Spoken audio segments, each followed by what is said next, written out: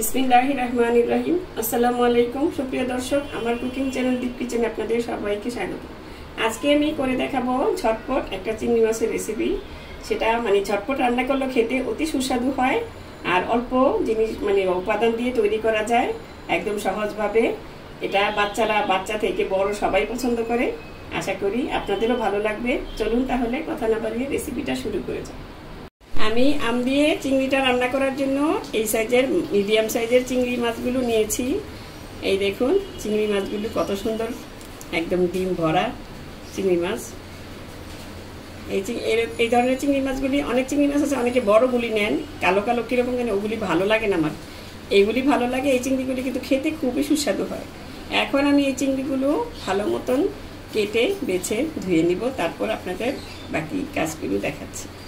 চিংড়িগুলো আমি ভালো মতন বেছে নিয়েছি। এই দেখুন বেছে তারপরে ভালো মতন আবার ধুয়ে নিয়েছি। এই যে আমি কিন্তু খোসা রেখেছি, খোসাটা রাখলে আমার মেয়ে পছন্দ করে। এই যে এখান থেকে খোসাটার উপর দিয়ে কেটে তারপরে রগটা বের করে নিয়েছি। এইভাবে সবগুলো আমি ভালো মতন ধুয়ে রগটা বের করে পরিষ্কার করে নিয়েছি। এখন এখানে দিয়ে দিব হলুদ গুঁড়া, ভেজে নিব যেহেতু চিংড়ি মাছটা। এখন হলুদ গুঁড়া দিয়ে দিলাম, আর একটু হলুদ লবণ দিয়েও মাখাতে পারেন আপনি শুধু। আমি সামান্য একটু মরিচের গুঁড়া দিই সাথে, একটু ঝাল ঝাল হয়, ভাজার সময় ভালো লাগে। আর দিয়ে দিচ্ছি ভাজার জন্য স্বাদ মতো লবণ। এখন এগুলো দিয়ে ভালো মতন হাত দিয়ে মাখিয়ে নিতে হবে। মেখে নিয়ে তারপরে আমি চলে যাব চুলায় রান্নার জন্য। চলে এলাম আমি চুলাতে একটা কড়াই বসিয়ে, এটা আমার তেলের কড়াই, ভাজাভুজি বেশিরভাগই এটাতে করি।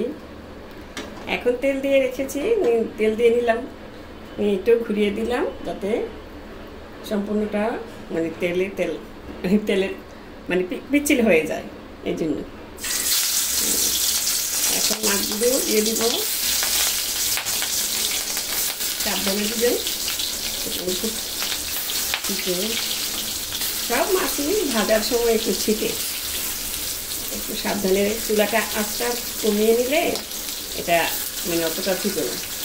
এই প্রথমে তেলটা গরম ছিল, এই জন্য একটু ছিটে উঠেছে। এখন আবার কিন্তু ঠিক হয়ে গেছে।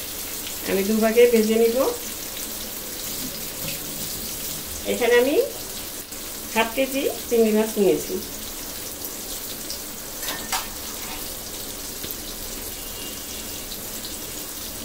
চিংড়ি মাছ কিন্তু বেশিক্ষণ ভাজা লাগে না, আবার একদম অল্প ভাজলেও হয় না। আমি মিডিয়াম ভাবেই ভেজে নিই।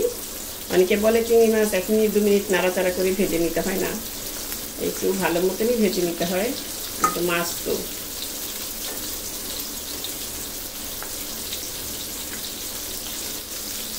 আমার কাছে এই চিংড়িটা ভালো লাগে। আপনারা ছোট বড় আরো বড় চিংড়ি দিয়েও করতে পারেন, আরো ছোট চিংড়ি দিয়েও করতে পারেন, কোনো অসুবিধা নেই। রান্নাটা একদম সহজেই হয়ে যায় অল্প সময়ে, কিন্তু খেতে খুবই অসাধারণ লাগে। আমার ছেলে মেয়ে দুজনই এই রান্নাটা খুবই পছন্দ করে।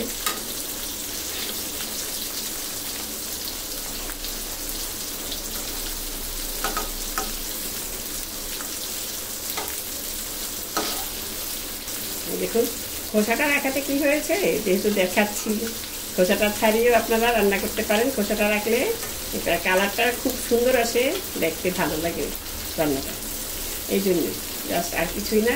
আরেকটা কিছু আছে, আমার মেয়ে খাবারের পরে এই খোসাটাকে চিপিয়ে খায়, ওর কাছে বলে ভালো লাগে, চিপিয়ে তারপরে ফেলে দেয়।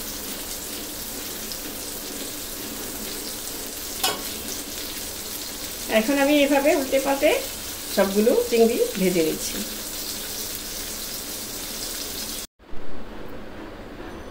মাছগুলো এই যে দেখুন এরকম করে ভেজে নিয়েছি। এখন আমি চুলাটা অফ করে দিয়েছি, কেন? যাতে তেলটা গরম না থাকে, একটু ঠান্ডা হয়। কারণ এই তেলের মধ্যে যদি আপনি এখন মশলাটা ছাড়েন তাহলে একদম ছিটে পুরো ঘর ভরে যাবে, আপনার হাতে পায়ে লাগতে পারে।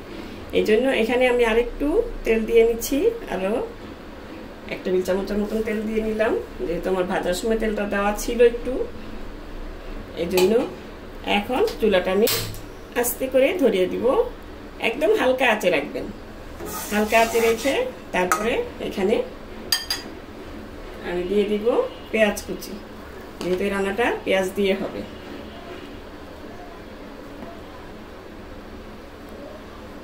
এটা মনে হয় আরেকটু লাগবে, কারণ পেঁয়াজটা এখানে ভাজতে হবে।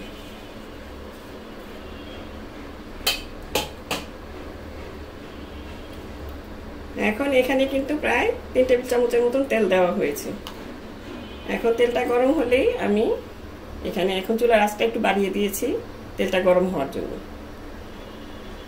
আপনি যদি সাথে সাথে ওই তেলের মধ্যে দিতেন তাহলে যে বললাম অনেক সময় পুড়ে যায়, ইয়ে হয়ে যায়। এই জন্য মানে একটু সাবধানতা অবলম্বন করে রান্না করলেই রান্নাটা ভালো হয়।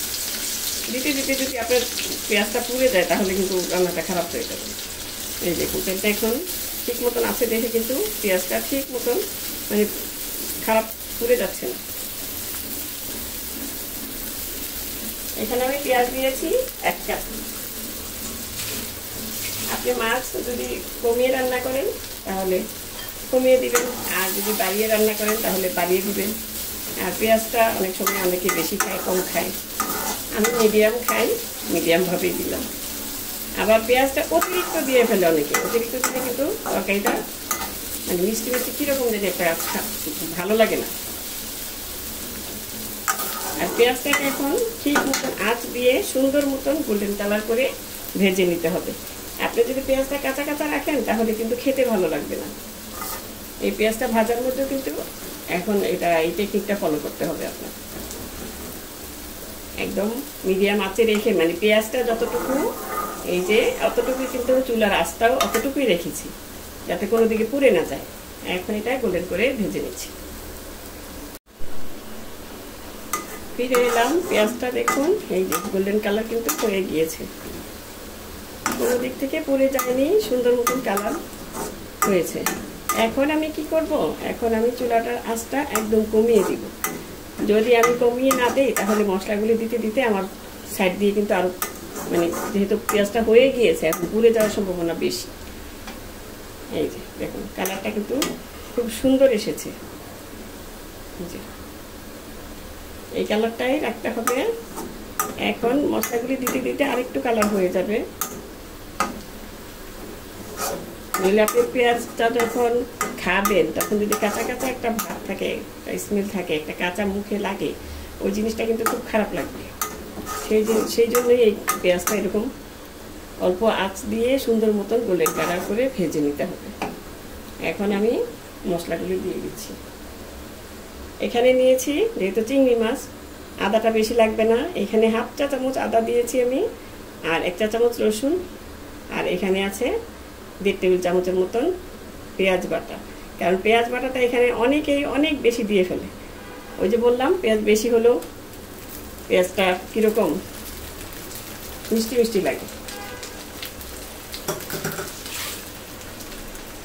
এখন দিয়ে দিব স্বাদ মতো লবণ,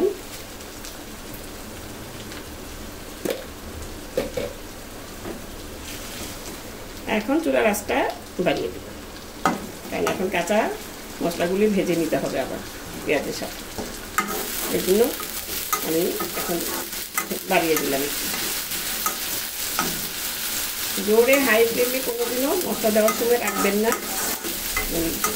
যদি আপনি আঁচটা হাইতে রাখেন তাহলে কিন্তু মশলাগুলো দিতে কিন্তু অনেক সময় তরকারি পেঁয়াজগুলি এগুলি পুড়ে যায়। এখন এটাকেও আরো 2 মিনিটের মধ্যে ভেজে নেব। মানে কাঁচা স্মেলটা যতক্ষণ আপনি নাকে আসে ততক্ষণ ভেজে নিতে হবে। এটা বুঝতেই পারবেন যে কাঁচা স্মেলটা চলে গিয়েছে।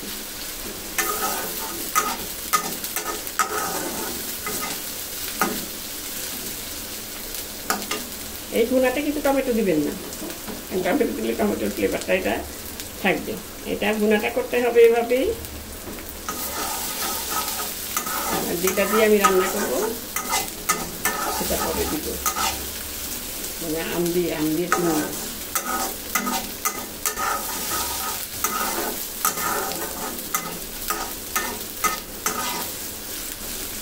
অনেকেই বলে আম দিয়ে চিংড়ি মাছ কীভাবে কেমন লাগে, একবার বানিয়ে খেয়ে দেখবেন কতটা মজার হয় এটা। এই দেখুন প্রায় 2 মিনিটের বেশি হয়ে গেছে ভাজা। এখন এখানে দিয়ে দিব গুঁড়ো মশলা। প্রথমেই দিব 1 টেবিল চামচ মরিচের গুঁড়া, এটা আমি ঝালটা বেশি খাই। 1 চা চামচ ধনিয়ার গুঁড়া, হলুদের গুঁড়া, আর একদম 1/2 চা চামচের চেয়েও কম ধনিয়ার গুঁড়া। এই রান্নায় ধনিয়ার গুঁড়াটা একদম অল্প দিতে হবে, জাস্ট নামমাত্র। কি জন্য বললাম, এটা ধনিয়াটা কিন্তু এমনিতেই চিংড়ি মাছটা একটু মানে কি বলে অনেকে যে কষা হয়, এই জন্য ধনিয়াটাও কিন্তু একটু এই ধরনের, সেই জন্যে এটা অল্প দেওয়া, না দিলেও চলে। এখন এখানে যাতে গুঁড়ো মশলাটা পুড়ে না যায় সেই জন্য একটু পানি দিয়ে দিতে হবে। যেহেতু পেঁয়াজটা ভাজা ভাজা হয়েছে, বাটা মশলাটা ভাজা ভাজা হয়েছে, এখন গুঁড়ো মশলাগুলি কিন্তু পুড়ে যাবে, এই জন্যই এই অল্প পানি দেওয়া। এখন রান্নাটা করতে বেশিক্ষণ সময় লাগবে না, সবই ভেজে নেওয়া হয়েছে। চিংড়ি ভাজা, পেঁয়াজ ভাজা, সবই ভাজা, মশলা ভাজা।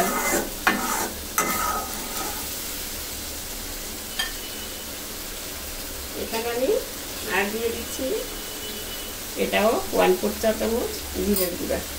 কারণ চিংড়ি মাছের একটা স্মেল আছে, সেটাই ভালো লাগে, কিন্তু সেই গন্ধটাই কিন্তু ভালো লাগে।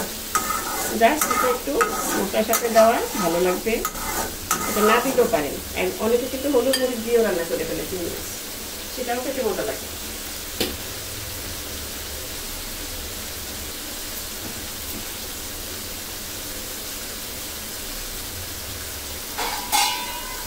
এখন আমি এটাকে ঢেকে কিছুক্ষণ কষিয়ে নেব।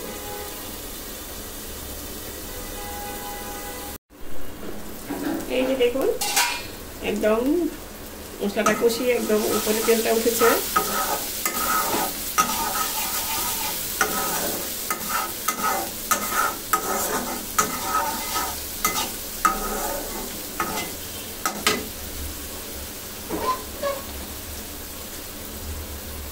এখন এখানে দিয়ে দিচ্ছি সেই ভেজে রাখা চিংড়ি মাছ। চিংড়ি মাছটাকেও আমি একটু কষিয়ে নেব।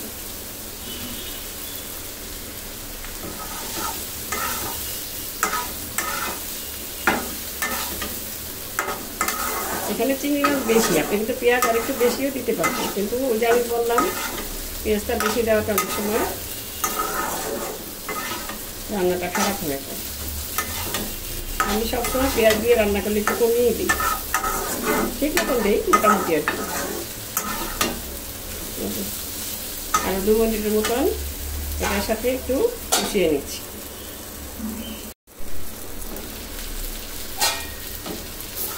এখন আরেকটু নেড়ে চেড়ে দিব, মাখিয়ে নেব। আমি কিন্তু চিংড়ি মাছের খোসাটা আরেকটা কারণে ফেলিনি, কারণ এই চিংড়ি মাছ কিন্তু সবগুলি আপনারা দেখেছেন ডিম ছিল, খোসাটা ফেলে দিলে ডিমগুলি চলে যেত, সেই জন্য। এখন এখানে ঝোলের জন্য পানিটা দিয়ে দিচ্ছি। আপনি যেমন ঝোল রাখতে চান সেভাবেই পানিটা দিবেন। যেহেতু চিংড়ি মাছটা সব কিছু রান্নাই এখন আর বেশিক্ষণ লাগবে না, 5-7 মিনিটের মতো লাগতে পারে, লাগবে।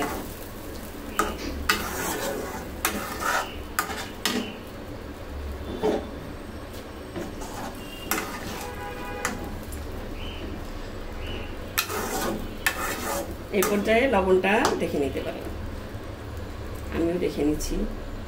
এখন চুলার আঁচটা একটু বাড়িয়ে দিই।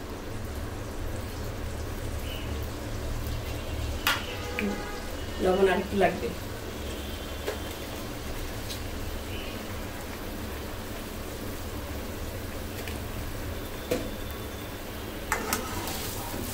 এটা যে যার স্বাদ মতন দিয়ে দিই। হয়তো এখন লবণটা যেমন আছে এটা অনেকের কাছে ঠিক মতন মনে হতে পারে, আবার অনেকের কাছে একদম কম লাগতে পারে, এই জন্যই যে যার স্বাদ মতো লবণ দিয়ে দিই। যেমন মিষ্টি জাতীয় জিনিস রান্না করলে মিষ্টিটা যার যার স্বাদ অনুযায়ী দেয়, এটাও ওরকম। এখন ঢাকনা দিয়ে আমি 5 মিনিটের মতো রান্না করে নেব।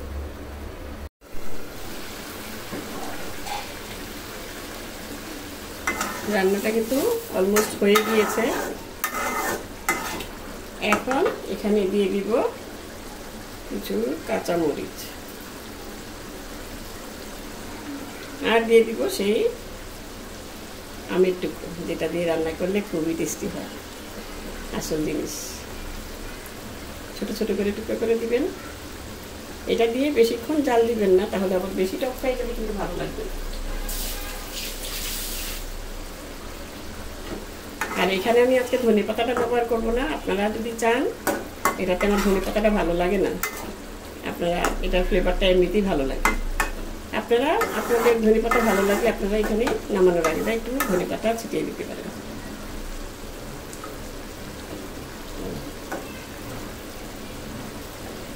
জাস্ট 1 মিনিটের জন্য আমি ঢেকে দিলাম। 1 মিনিট পরে এটা নামিয়ে নেব। নামিয়ে আপনাদের পরিবেশন করে দেখাচ্ছি, যেহেতু আর কোনো কিছু দেওয়া এটাতে লাগবে না। এই যে আমি ডিশ আউট করে নিয়েছি। দেখতে যত সুন্দর, খেতে আরো বেশি সুস্বাদু হয়। বানাবেন, আমি যেভাবে বানালাম সেভাবে আম দিয়ে চিংড়ি রান্না করে দেখবেন, আশা করি আপনাদেরও ভালো লাগবে। তো দর্শক, আজ এ পর্যন্তই। রেসিপিটি ভালো লাগলে প্লিজ আমার চ্যানেলটির সাথে থাকবেন, সুস্থ থাকবেন, ভালো থাকবেন, ঘরে তৈরি করে খাবার খাবেন, আর আমার জন্য দোয়া করবেন। আল্লাহ হাফেজ।